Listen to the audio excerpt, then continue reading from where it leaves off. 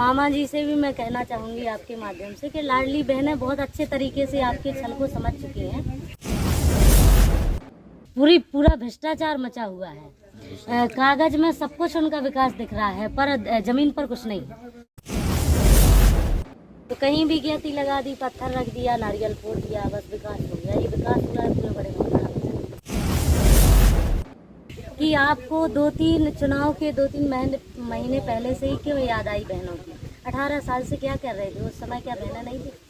नमस्कार। आज हम चुनावी महासंग्राम में हैं और आज हमारे साथ में कांग्रेस की प्रत्याशी रामसिया भारती जी है, क्योंकि कांग्रेस ने पुनः उन पर एक विश्वास जताया है और उसके बाद उन्हें टिकट यहाँ बड़ा मलहरा विधानसभा से पुनः दी है। हम आपको बता दें 2020 में उपचुनाव हुए थे, जिसमें प्रद्युम्न सिंह लोधी भारतीय जनता पार्टी से जो कांग्रेस छोड़कर भारतीय जनता पार्टी का दामन थामा था और रामसिया भारती जी कांग्रेस के प्रत्याशी थी। लेकिन वो वहाँ पर कहीं ना कहीं चूक हुई थी, क्योंकि कम समय मिला था और उसके बाद में चुनाव में रहे थे। लेकिन वहाँ पर भारतीय जनता पार्टी के प्रद्युम्न सिंह चुनाव जीत गए थे। लेकिन इस बार 2023 में घमासान प्रारंभ हो चुका है और अब हमारे साथ में रामसिया भारती जी हैं और उनसे बात करते हैं, क्योंकि साध्वी के वेश में रहकर कहते हैं ना कि जो साधु संतों का आशीर्वाद और साध्वी का जो चोला है, या तो इस जमाने में उमा भारती ने यहाँ पर साध्वी का चोला पहना था और साधु संत के रूप में थी, और उसी रूप में यहाँ पर रामसिया भारती जी। आइए रामसिया भारती जी, पहले तो विधानसभा चुनाव में कमलनाथ जी ने आपको टिकट दी, उसके लिए बहुत बहुत बधाई आपके क्षेत्रवासियों की तरफ से भी। एक बात बताइए कि कैसे विश्वास जताया कमलनाथ जी ने फिर से, क्योंकि 2020 में चुनाव लड़ेंगे, मौके खा गए हाईकमान ने फिर क्या कहें? जिस तरीके से चुनाव में छलबल हुआ था, उसे देखते हुए आदरणीय कमलनाथ जी ने एक बार फिर भरोसा किया है कि उस समय पे छल हुआ था।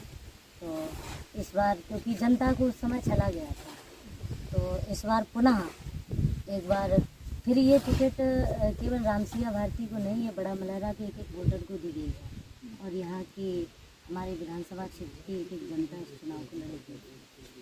नहीं, जैसे मान लो किस मुद्दों पे इस बार उतरेंगी आप? पिछली बार तो ऐसा था कि चलो एक मुद्दा चला था कि प्रद्युम्न चुनाव मैदान छोड़ के भारतीय जनता पार्टी में आ गए, यानी भगोड़ा। इस बार क्या मुद्दा रहेगा? इस बार ये मुद्दा है, एक सबसे बड़ा मुद्दा तो यही है कि उनके पास 3 चीज़ें सबसे ज़्यादा रहती हैं। एक गिरती रहती है हमारे बुंदेलखंड में, जिससे ज़मीन को खोदा जाता है। एक गिरती रहती है, एक पत्थर, एक नारियल। तो कहीं भी गिरती लगा दी, पत्थर रख दिया, नारियल फोड़ दिया, बस विकास हो गया। ये विकास हुआ है पूरे बड़े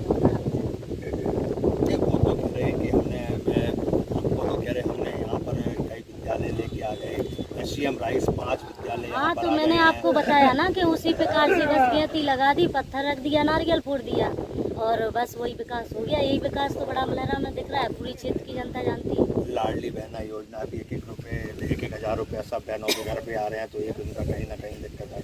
हाँ, तो इसमें तो मैं यही कहूँगी, वो लाडली बहनें भी अच्छे से जानती हैं कि मामा जी से भी मैं कहना चाहूँगी आपके माध्यम से कि लाडली बहनें बहुत अच्छे तरीके से आपके छल को समझ चुकी हैं कि आपको 2-3 चुनाव के 2-3 महीने पहले से ही क्यों याद आई बहनों की? 18 साल से क्या कर रहे थे उस समय? क्या बहनें नहीं थी? एक और बात आती है सामने कि विधानसभा जो चुनाव जैसे आप आ रही हैं, आपने चुनाव लड़ा यहाँ पर, लेकिन क्या कमियां रह गई थी? जब पिछली बार काफी चुनाव हार गए, तो इस बार फिर आप पुनः चुनाव मैदान में हैं, तो क्या जनता को इस बार क्या वादे होंगे और किस तरह के वादे करेंगे? कोई नई योजनाओं के तहत में आप आई हैं क्या? हाँ, बिल्कुल नई योजनाएं हमारी हैं। उस समय 15 महीने की हमारी जो सरकार बनी थी, उसमें आदरणीय कमलनाथ जी ने जो अपने वचन पत्र में दिया था कि हम बेटी के जो कन्यादान विवाह योजना है, उसमें 51,000 राशि 25,000 से 51,000 थी। लेकिन दिए तो नहीं थे। क्यों नहीं दिए थे? दिए थे। 27 लाख किसानों का कर्जा माफ किया था अपने। हमारे छतरपुर जिले के कई गवाह ऐसे हैं, मैंने खुद प्रूफ देखे हैं इस चीज के। लेकिन उसमें 2 लाख का जो कर्जा माफ की बात हुई थी, लेकिन उसमें हाँ, तो फर्स्ट ये उन्होंने अपनी किस्तें बनाई थी इस तरीके से कि हम फर्स्ट, सेकंड, थर्ड में करेंगे। लेकिन जहाँ तक मुझको याद है इस चुनाव के अंदर में कि जब घोषणा हुई थी, तो उन्होंने ये कहा था आपके केंद्र नेतृत्व ने भी ये कहा था कि अगर महीना या 10 दिन के अंदर में अगर किसानों के कर्ज माफ़ नहीं होंगे तो मुख्यमंत्री हटा दिए जाएगा, ऐसे कुछ सब बातें भी आई थी सामने, तो ये सच्चाई कहा? नहीं नहीं, अब देखो ये तो बिल्कुल बात है कि 8-10 दिन की बात कही है या 10 दिन की 15 दिन की बात कही है। सरकार बनते ही मैनेज करना पड़ता है, इसके बाद कोई भी चीज़ अपन जनता के बीच में भेज पाते हैं। तो तुरंत आदरणीय कमलनाथ जी ने किसानों की जो कर्ज माफ़ी थी उसमें बिल्कुल कोई देर ना करती हुई उन्होंने किसानों की। अच्छा, एक और बात बताइए, जैसे कि आपने देखा होगा विकास की जो आप बात कर रही है, जैसे हम देख रहे हैं सड़कें भी डल रही हैं, सीसी रोड भी डल रहे हैं, गाँव में नल जल योजनाएं भी आ गई हैं, पानी, ये भारतीय जनता पार्टी अपने बता रही है कि हम लोगों ने इस तरह से काम दिखाए हैं। हाँ, तो उसी आधार पर मैंने भी देखा है, कैसे वोट दे देंगे। नल जल योजना की वो बात कर रहे हैं, आप भी वहाँ देख के चले जाइए जहाँ जहाँ ये टोटी लगी हुई हैं, सटक गई हैं जहाँ पे भी, तो उनको अगर चला के देखते हैं तो कहीं पानी नहीं आता है। तो ये ऐसा कैसा विकास है? केवल लगा देने से, पाइपलाइन निकलवा देने से पानी ना आए तो उसे विकास कहेंगे क्या? वही तो मैं आपसे कह रही हूँ कि सब बिल्कुल पूरा भ्रष्टाचार मचा हुआ है। कागज में सब कुछ उनका विकास दिख रहा है पर जमीन पर कुछ नहीं। जनता तो जब उनके दरवाजे पे टोटी लगी है उसमें पानी नहीं निकल रहा तो वो खुद समझ रहे हैं कि पानी आ ही नहीं रहा है। मतलब जनता के मकान में जो नल जल योजना जरूर आ गई है लेकिन पानी नहीं है उसमें, तो हाँ। तो अच्छा, एक चीज़ और बताया, उन्होंने जैसे कहा था कि हम जो सुजारा बांध भी आपके यहाँ का था, पानी किसानों की सिंचाई की व्यवस्था भी की है, ऐसे कई योजना क्या व्यवस्था की है? सर्दियों में जब फसल बोई गई थी ये गेहूं की, उस समय पानी के लिए इतना त्रस्त था किसान, ये बोला गया था खुद स्वयं जो यहाँ से महोदय जी हैं उनके लिए वहाँ धरना प्रदर्शन किया, लोगों ने कहा कि ये फाटक खुलवा दें, कम से कम 10,000 हेक्टेयर की जमीन यहाँ संचित हो सकती है। नहीं खुलवाया गया, सूख गई फसल। क्या होता है ऐसे विकास से, बताइए हम। लेकिन वो जहाँ तक उनका कहना तो ये है कि हमने बाकायदा खुलवाया था और पानी दिलवाया था किसानों को, हमारे वो तो वही कहानी है कि कांवड़ सा जब कुछ कृषि सुखाने, अब खेती पूरी सूख जाए फिर पानी बरस जाए तो क्या मतलब होता है ऐसे पानी। अच्छा, एक आप लोगों का अभी घोषणा पत्र आया है कि ये 1500 रुपये हम महिलाओं को देंगे, 500 रुपये सिलेंडर करेंगे। तो जैसे उन्होंने कहा है कि हमने तो जो योजना लाई थी कि जैसे लाडली बहन है तो हमने 1,000 रुपये डालना शुरू कर दिया था, हमने कहा हम 500 में सिलेंडर देंगे, तो हमने सिलेंडर देने के लिए भी योजनाएं चालू कर दी। लेकिन कांग्रेस ने जो योजना आ रही है, हाँ एक योजना और आपकी अभी बच्चों के लिए आ रही है कि 5वीं से 8वीं तक की 500 रुपया, और फिर 9वीं 10वीं जाए तो उसमें 1,000 रुपया, और 11वीं 12वीं के बाद 1,500 रुपया, ऐसे करके ये कि जो ये घोषणा पत्र जारी हो रहे हैं, तो पुराने घोषणा पत्र में और इन घोषणा पत्र में अंतर क्या दिखाई दे रहा है आपको? क्या योजनाएं होंगी क्या? हाँ बिल्कुल, ये मैं बिल्कुल आपके माध्यम से जनता जनार्दन को बताना चाहती हूँ, आदरणीय कमलनाथ जी कभी झूठ नहीं बोलते हैं, ये बिल्कुल सच्चाई है, वो कभी झूठ नहीं बोलते। और जो भी उन्होंने वचन पत्र में दी हैं, जो योजनाएं उन्होंने वचन पत्र में घोषणा की है, वो सारी योजनाएं बिल्कुल सुचारू रूप से वो जारी करेंगे, इसमें निसंदेह। अच्छा, एक बात बताइए, जैसे चुनाव, लोग प्रत्याशी चुनाव लड़े हैं, कई लोगों ने वो टिकट मांगने के लिए की थी, अब उनके हाथ तो खाली हो गए, राम सिंह भारती जी को टिकट मिल गई, शीर्ष नेतृत्व ने विश्वास जता दिया।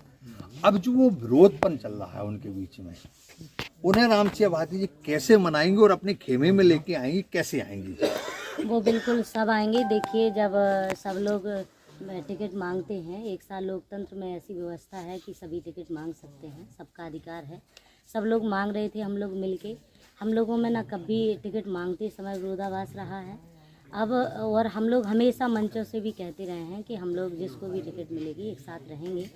अब चूँकि टिकट मिलने के बाद हल्का फुल्का जब आदमी मेहनत करता है, इस्तीफा होने लगे हैं, इस्तीफा दे दी है भाई कांग्रेस के पास। अरे नहीं, ऐसी कोई बात नहीं है। अभी सिद्धार्थ सिंह बुंदेला ने भी दिया है, और अभी नौगांव से दौलत तिवारी ने भी किया है, केशु राजा ने भी किया है। कहाँ इस्तीफा दिया है? ये तो कल लिखा है, सिद्धार्थ सिंह बुंदेला ने बाकायदा इस्तीफा दिया है, उन्होंने कमलनाथ जी के नाम लेटर लिखा है। तो ऐसे करके तो इसी प्रकार से बड़ा मलहरा के भी जो लोग रुष्ट हुए हैं, तो राम सिंह भारती क्या उनके संपर्क में हैं, और क्या उनको साथ में उनको बिल्कुल संपर्क में है। सब हम लोग साथ में मिलकर के चुनाव लड़ेंगे। और आपने बात कही है कि छतरपुर में ऐसी जानकारी आई, तो मुझे अभी तक ऐसी कोई जानकारी प्राप्त नहीं। राम सिंह भारती का असली टक्कर किससे? क्योंकि ना इधर प्रथम सिंह भी हैं और इधर चंदा किन्नर जी भी हैं, आप पार्टी से आई हैं, उनका भी कहना है कि बहुत बड़ा है, क्योंकि इस बार पार्टी ना कांग्रेस को ना भाजपा को, इस बार केवल आप पार्टी का समर्थन करेगी और जनता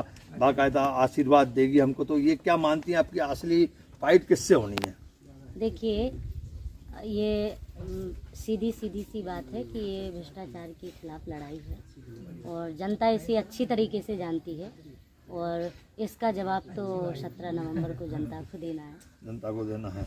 देखना ये है कि रामसिया भारती जी को इस बार बड़ा मलहरा नहीं, का कन्फर्म है, एकदम कन्फर्म है। हाँ बिल्कुल कन्फर्म है और हमारे प्रदेश में सरकार बन रही है, इसमें भी निसंदेह, कोई संदेह नहीं। अच्छा, प्रदेश में सरकार भी हाँ, बन रही है। प्रदेश में सरकार बन रही है। इस बार तो जनता जो भ्रष्टाचार जो घोटाला।